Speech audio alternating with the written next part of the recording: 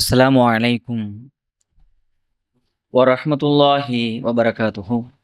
கணியத்திற்குரிய எல்லாம் வல்ல அல்லாஹுவின் நல்லடியார்களே, இன்றைய நவீன கால உலகில் நிறைய தொலைத்தொடர்பு சாதனங்களோடு, இன்டர்நெட் வசதிகளோடு கூடிய சாதனங்களோடு நாம் மிகவும் தொடர்புகளில் இருப்பதால் நாம் பிற மக்களிடத்தில் பழகுவதை, உரையாடுவதை இன்றைக்கு வெகுவாக குறைத்திருக்கிறோம். அவ்வாறு நம்மிடத்தில் குறைந்து போன மிக முக்கியமான வெகுமதிகளில் ஒன்று நம்மிடமிருந்து வெளிப்படக்கூடிய புன்னகையும் சிரிப்பும் ஆகும். இன்றைக்கு பெரும்பாலான மனிதர்களிடத்தில் இந்த புன்னகை வெகுவாக குறைந்து போய்விட்டது மனிதர்களிடத்தில். அதே போல சிரிப்பும் வெகுவாக குறைந்து விட்டது. இவை இரண்டுமே அல்லாஹ் ரப்புல் ஆலமீன் நமக்கு அளித்த மிகப்பெரிய அருட்கொடைகள். ஒரு மனிதனை புன்னகையோடு பார்ப்பதற்கும் புன்னகை இல்லாமல் வெறுமனே கோபத்தோடு பார்ப்பதற்கும் மிகப்பெரிய வித்தியாசம் இருக்கிறது. யார் மிகுந்த புன்னகையோடு சிரிப்போடு இருக்கிறோமோ அவர்களிடத்தில்தான் மற்ற மக்கள் எளிதான முறையில் உரையாடுவார்கள். சிறிய குழந்தைகள் கூட விரும்பி வருவார்கள். யார் எப்ப பார்த்தாலும் புன்னகைனா அவனுக்கு சிரிப்புனா என்னன்னே தெரியாது, அவனுக்கு புன்னகைனா என்னன்னே தெரியாது அப்படின்னு இருக்கக்கூடிய மக்களிடத்துல வெகுஜன மக்கள் நெருங்கி வரமாட்டார்கள். குழந்தைகள் கூட வெறுக்க ஆரம்பித்து விடுவார்கள். எனவே இஸ்லாத்தின் பார்வையில் இந்த புன்னகையையும் சிரிப்பையும் நாம் ஒரு சேர சேர்த்து நாம் எப்போதுமே இவற்றை வெளிப்படுத்தக்கூடிய மனிதர்களாக மாற வேண்டும். இந்த புன்னகை மற்றும் சிரிப்பை பற்றி திருமறை குர்ஆன் பேசுகிற போது வா அன்னஹு ஹுவ அல்ஹக வ அபுகா என்று இறைவன் குறிப்பிடுகிறான் திருமறையில். வா அன்னஹு ஹுவ, நிச்சயமாக அவன்தான், யாரு? இறைவன் தான். அல்ஹக, உங்களை சிரிக்க வைக்கிறான். வ அபுகா, உங்களை அழவும் வைக்கிறான். எனவே நம்மை சிரிக்க வைப்பது இருக்கிறதல்லவா, இந்த சிரிக்க வைப்பது என்பது அல்லாஹுவால் மட்டும்தான் முடியும். நான் ரொம்ப எவ்வளவு சோகத்துல நான் சிரிச்சிருவேன், நான் எவ்வளவு துயரத்துல நான் சிரிச்சிருவேன், அப்படியெல்லாம் மனுஷனால முடியாது. நம்மை சிரிக்க வைப்பதற்கு யார் சிரிக்க வைக்கிறார்கள் என்றால் முதல் அல்லாஹுதான் நம்மை சிரிக்க வைக்கிறான். அல்லாஹுதான் அளவும் வைக்கிறான். அப்ப அல்லாஹ்வுடைய கண்ட்ரோல்ல இது இருக்குது. அப்படிங்கிறப்ப நாம் அதற்கான முயற்சிகளில், அதற்கான பிரார்த்தனைகளில் நாம் அதிகமாக ஈடுபட வேண்டும். ஒரு நாள் நபிகள் நாயகம் ஸல்லல்லாஹு அலைஹி வஸல்லம் அவர்கள் சஹாபாக்களோடு அவர்களுடைய வீட்டில் அமர்ந்து பேசிக் கொண்டிருக்கிறார்கள். அப்ப சஹாபாக்கள் ஏதோ சில விஷயங்களை ரசூலுல்லாஹ் இடத்துல பேசுறாங்க. அது என்ன விஷயம்னு வெளியில தெரியல. அதை கேட்டு நபி அவர்கள் தங்களுடைய கடவாய் பற்கள் தெரிய சிரிக்கிறார்கள். இவர்கள் கடவாய் பற்கள் தெரிய சிரிக்க, அதே நேரத்தில் உமர் ரலியல்லாஹு அன்ஹு அவர்கள் நபி அவர்களுடைய வீட்டிற்குள் சலாத்தோடு நுழைகிறார்கள். ரெண்டும் ஒரு சேர அமைந்து விட்டது. ரசூலுல்லாஹ் சஹாபாக்களோடு அமர்ந்து பேசிக் கொண்டிருக்கிறார்கள். அப்ப சஹாபாக்கள் ஏதோ சொல்ல நபி அவர்கள் ரொம்ப கடவாய் பற்கள் தெரிய சிரிக்கிறார்கள். உமர் ரலியல்லாஹு அன்ஹு அவர்கள் அந்த நேரத்தில் சலாத்தோடு வீட்டிற்குள் நுழைகிறார்கள், நபி அவர்களுடைய வீட்டிற்குள். இதை பார்த்த உடனேயே உமர் ரலியல்லாஹு அன்ஹு அவர்கள் என்ன செஞ்சாங்க தெரியுமா? நபி அவர்களுடைய அந்த சிரிப்பை பார்த்து, யா ரசூலுல்லாஹ், அல்லாஹ்வுடைய தூதரே, அல்லாஹு ரப்புல் ஆலமீன் உங்களை ஆயுள் முழுக்க இப்படியே சிரிக்க வைப்பானாக என்று துஆ செய்தார்கள். இப்ப இந்த பிரார்த்தனை இஸ்லாத்துக்கு முரண்னு வைங்களே, ரசூலுல்லாஹ் என்ன பண்ணியிருப்பாங்க? என்னது ஆயுள் முழுக்க சிரிக்கவா? அப்படிலாம் இருக்கக்கூடாது உமரே, நீங்க என்ன இப்படிலாம் துஆ செய்யாதீங்க அப்படின்னு தடுத்திருப்பாங்கல்ல. ரசூலுல்லாஹ் தடுக்கவே இல்லை, அமைதியாக இருந்தார்கள். உமர் ரலியல்லாஹு அன்ஹு கேட்ட துஆ என்ன? அல்லாஹ்வுடைய தூதரே, தங்களை ஆயுள் முழுவதும் அல்லாஹ் ரப்புல் ஆலமீன் இப்படியே சிரிக்க வைப்பானாக அப்படின்னு கேட்டாங்க. அதே மாதிரி அல்லாஹ்வுடைய தூதர்களும் ஆயுள் முழுவதும் எங்கேயாவது வருத்தப்பட்டு ரொம்ப மன அழுத்த ரசூலுல்லாஹ் இருந்தாங்க, எங்கேயாவது ஒரு ஹதீஸை காட்டுங்க. ரொம்ப துயரத்துல ரசூலுல்லாஹ் இருந்ததுனால எதுவுமே எங்களால போய் கேட்க முடியல, எதற்கெடுத்தாலும் ரசூலுல்லாஹ் கோவப்பட்டாங்க அன்றைய தினத்துல, எதற்கெடுத்தாலும் ரசூலுல்லாஹ் வெடுக்குன்னு விழுந்தாங்க அப்படின்லாம் ஒரு ஹதீஸை கூட நம்மளால காட்ட முடியாது. இத்தனைக்கு ரசூலுல்லாஹ்வுடைய வாழ்நாள் முழுக்க நீங்க எடுத்து பாருங்க. மதீனா முழுக்க 10 ஆண்டுகள் வெறுமனே போர்கள் போர்கள் போர்கள். மக்காவுல இருந்த 13 ஆண்டுகள் வெறும் ஈமானிய போராட்டங்கள் குறைஷிகளுக்கு எதிராக.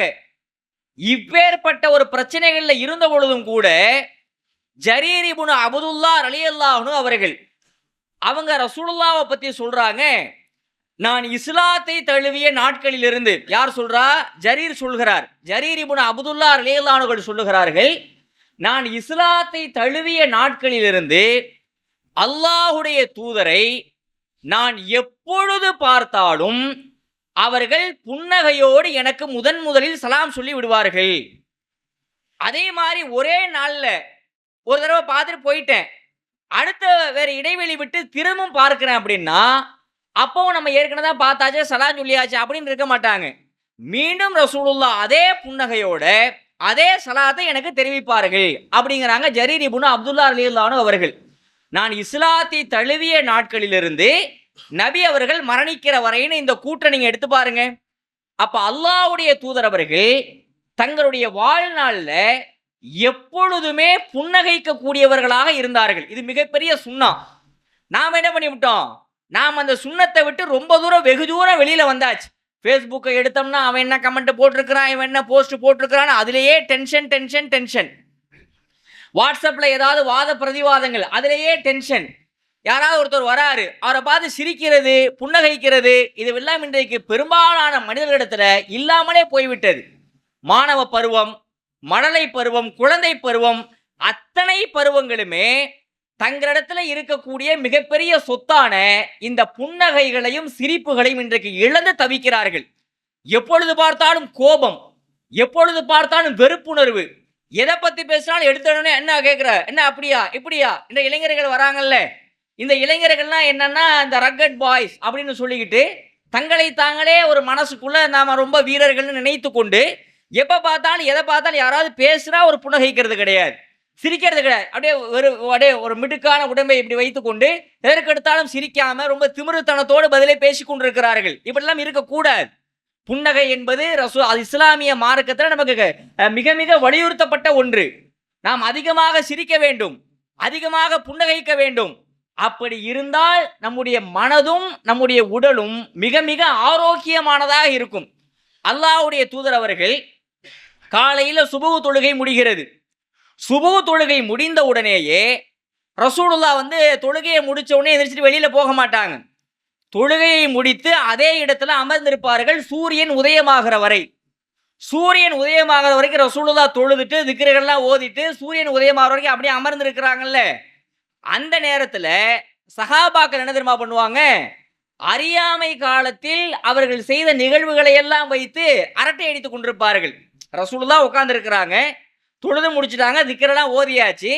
எதிரே இருக்கக்கூடிய சஹாபாக்கள் அறியாமை காலத்தில் நம்ம இப்படி இருந்தோம்ல, அந்த சிலைக்கு போய் மொட்டை அடிச்சோம், அதை செஞ்சோம், இதை செஞ்சோம்னு அதெல்லாம் பேசிக்கிட்டு இருக்கிறப்ப நபி அவர்கள் அதையெல்லாம் கேட்டு கேட்டு தங்களுடைய கடவாய் பற்கள் தெரிய சிரித்துக் கொண்டிருப்பார்கள் என்று வருகிறது ஹதீஸ்.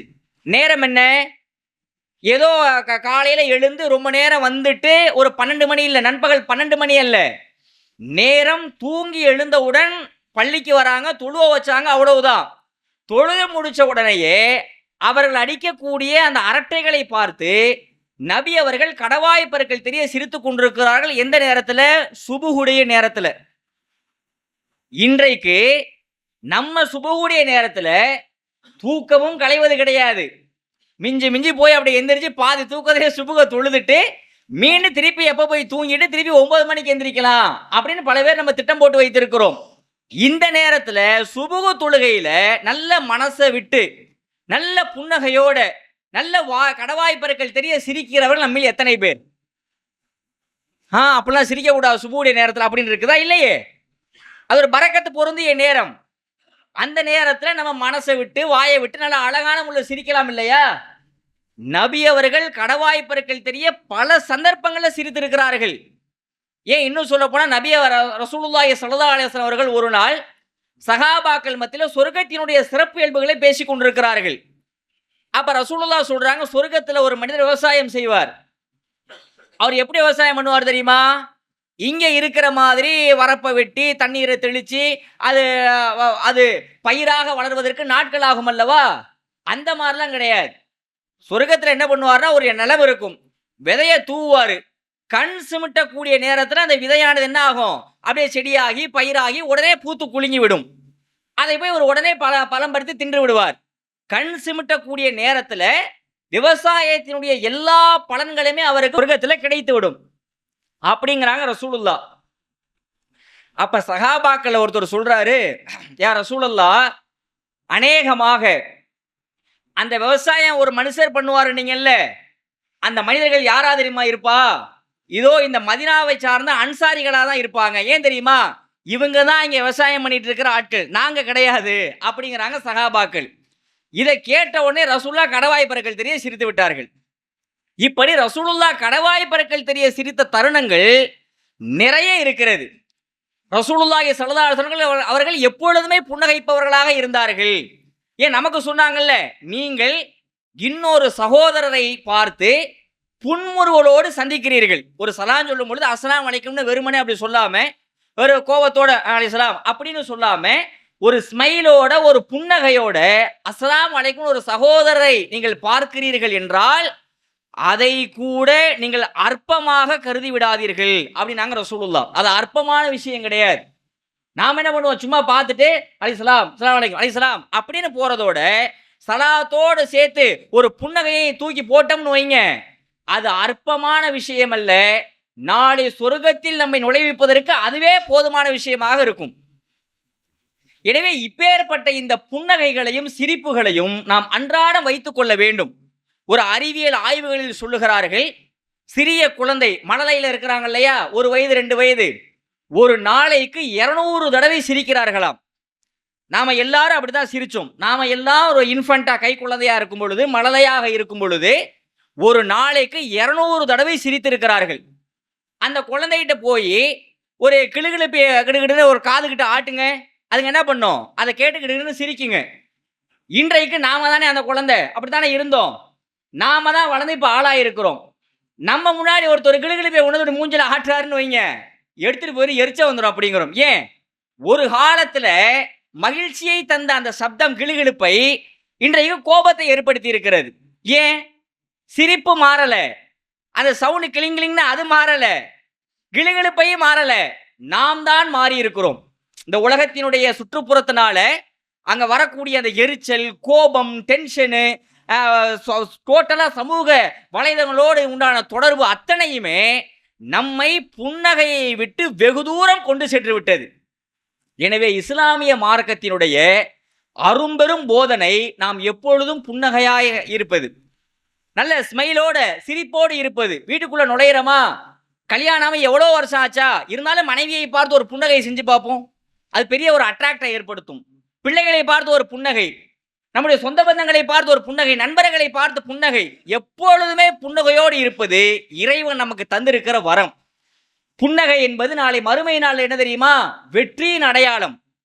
உஜூஹு யௌமையிதி முஸ்ஃபிரா வல்லாஹிகத்தும் முஸ்தபிஷிரா என்று அல்லாஹ் குறிப்பிடுகிறான். நாளை மறுமை நாள்ல மஹ்ஷர் மைதானத்துல உஜூஹு யௌமையிதி முஸ்ஃபிரா, அந்த நாள்ல அப்படியே முகப்பொலிவோட சில பேர் இருப்பார்கள். லாஹிகத்தும் முஸ்தபிஷிரா, அவர்கள் சிரித்த முகத்தோடு காட்சியளிப்பார்கள். மறுமையில சிரித்த முகத்தோடு காட்சியளிக்கிறது இல்ல, அது வெற்றியினுடைய அடையாளம். எனவே அந்த சிரிப்பு என்கிற அடையாளத்தை இம்மையிலும் சரி மறுமையிலும் சரி நாம் எப்பொழுதும் நம்முடைய கை கொள்ள வேண்டும். அதற்கு வல்ல இறைவனிடத்தில் நாம் அதிகமாக பிரார்த்திக்க வேண்டும். யா அல்லாஹ், நல்ல சிறு குழந்தை சிறு பிள்ளை எப்படி புன்னகைக்கிறதோ அது மாதிரி ஒரு புன்னகை எனக்கு கொடு, தாராளமா துவா கேட்கலாம். யாருன்னா சின்ன குழந்தை எப்படி அக்கபக்கன்னு எப்படி நல்லா கடவாய் பற்கள் தெரிய சிரிக்கிறதோ, ஒரு பணக்கார ஜோக் காட்டினாலும் சிரிக்கும், ஒரு ஏழை சிரிக்க வச்சாலும் சிரிக்கும், ரோட்டில் ஏதோ ஒரு இருக்கக்கூடிய குப்பைகளை பொறுக்கக்கூடிய ஒரு மனிதரா, ஒரு யாசகம் கேட்கக்கூடிய ஒரு மனிதரா, அவரு ஒரு நகைச்சுவை செய்தாலும் அந்த குழந்தையானது சிரிக்கும். ஏன், அது ஆளை பார்க்கல, அந்த செய்தி நகைச்சுவை, அதனால் சிரித்து விட்டது. நாம் என்ன பண்றோம், இவன் சொன்னா சிரிக்க கூடாது, இவன் சொன்னா சிரிக்கலாம், இவர் சொன்னா சிரிக்க கூடாதுன்னு நாம் ஆட்களை பார்க்கிறோமே தவிர நகைச்சுவையை பார்ப்பது கிடையாது. எனவே படைத்த அல்லாஹ்விடத்துல நாம் எப்பொழுதும் புன்னகையோடும் சிரிப்போடும் இருப்பதற்கு வல்ல இறைவனிடத்துல பிரார்த்திப்போம்.